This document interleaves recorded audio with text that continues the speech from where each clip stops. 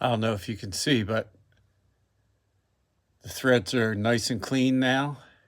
So they looked like they had some bolts still in there. So I found the right tap, and I couldn't get the normal tap holder in this space, so I just put it in with this vice grip and ran it in there, and it got pretty tight and was shaving off a bunch of stuff. So I put the bolt in, and the bolt still seemed a little tight.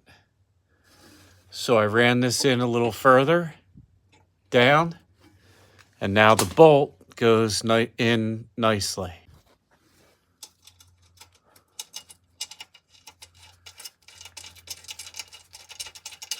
Very nice.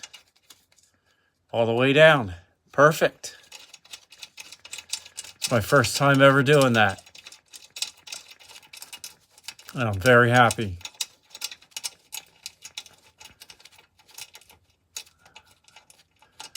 There it is.